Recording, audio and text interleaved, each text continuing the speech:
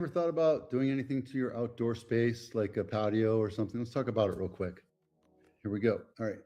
5 outdoor projects for a beautiful and fun homecation space. Look, enjoying the outdoors is probably one of the most important things you do. When you go outside and you go to a dinner, you think, oh, maybe I'd want to eat outside. Sometimes you do. If it's blazing hot, obviously you don't. But if it's nice and beautiful, 70 to 80 degrees, why not?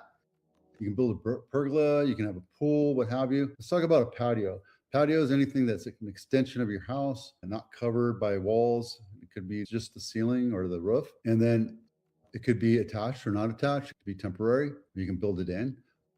I personally built a pergola. It's a 6-column pergola with the hip on valley and whatever. And I learned it all. I learned how to do it all on YouTube. I learned what a hip and a valley are on roofs, and I learned how to cut hip and valley things on my roof on the pergola, and I was pretty badass. And I did the whole thing. I did the electrical. The place hasn't burned down yet, so gotta say it's pretty nice, and it's enjoyable when it's a nice cool evening and you have it covered. It just feels cozy. And I have fans and lights in there and a TV, so it's great for everybody to enjoy. Pool. It says down here you can get a pool for $29,000. I can tell you it's 10 times that, because I know they're like $200,000 to $300,000. You can be like $500,000 for a pool in your backyard. But if it's something you want, I'm not going to stop you from doing it.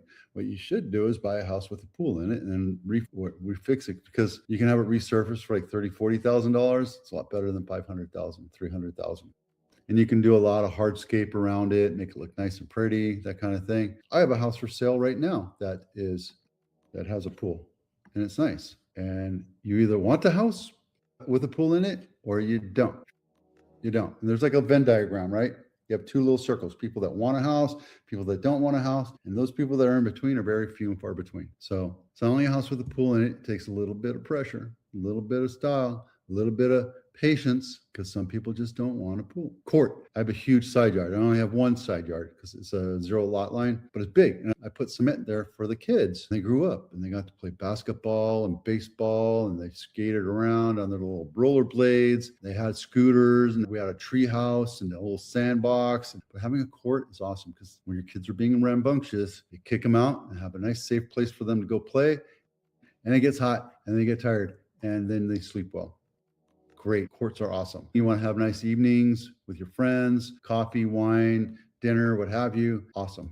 There's nothing wrong with having a deck, especially if it has a nice view of the mountains or the lake or what have you. Nice. And yeah, I can tell you that a 20 by 20 composite deck is not going to be $24,000 if you have it built. Okay. Front porch. Yep. My entire front area is a big patio. And I love it because it has the shade. It has the evening shade, not the sun. And I can go out there and just chill out and look at TikTok or play on my computer or whatever while it's cooling down. And I get some fresh, and I have it paved out and it looks nice. I have a bunch of comfortable chairs and I have a little fire pit there, and it's really nice to have. So something nice to have. Don't do it for ROI, do it for your use. So if you're thinking about moving in the next couple of years, don't do it. You're not going to get the ROI, the return on investment for it. If you're going to stay there for a couple of years, 5, 6, 20 years, because we stay in houses like 20 years now, 12 years in most of California, use it. Use your space outside. Do something. Have a nice project, and you can be proud about it. You can brag about it. Get it done. But don't think you're going to get money out of it. Some people like it. Some people don't care. What you should know if you inherit a house, because I'm a probate guy. That's one of the things we do. Let's go into it. Initial considerations. Should you move into it, or should you sell it, or should you rent it?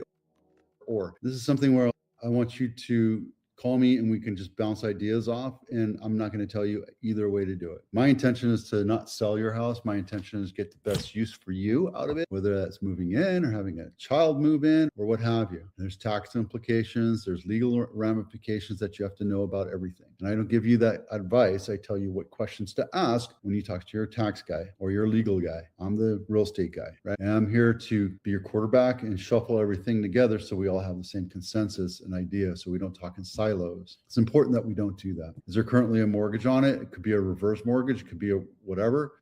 There's all sorts of implications. If it's a specific type of mortgage, you might have to refinance it into your name.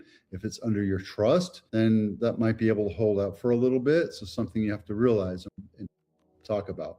Did you inherit a house with your siblings? I've sold houses, multiple houses with that person and their sibling, and it's gone immensely smooth. One time out of 100, you're going to get that one thing where the sister and the brother are fighting for every little thing because they're petty and feelings are hurt and this and that, or there's believed ownership of something, and then you have to break out the lawyers, and it's just not fun. My thought is let's just get this done and be done and go on our merry way. But yeah, it happens, right? That's why you have lawyers. That's why there are lawyers out there, and they make a lot of money doing that kind of stuff. When you do that requires a lawyer, oftentimes it's better just to put on your big boy pants and adult up and understand that there's concessions to be made. Something to think about. In California, they want you to move into the house. They have something called Proposition 19. And if your parents pass away and you move into the house, you get to keep their tax base. It's not, you can do that. And then Proposition 19 also allows you to move. If you're over 55, you can move from that house to another house and keep that property, that tax basis, 3 times. There's a lot of things that you have to be aware of. There's certain loopholes and certain restrictions. So make sure you talk to the tax assessor before you do that, before you make a decision. What happens if you want your child to move into it? Say your child's 23 years old and he's semi-responsible. Yeah, you get to keep the tax basis on that as well, right?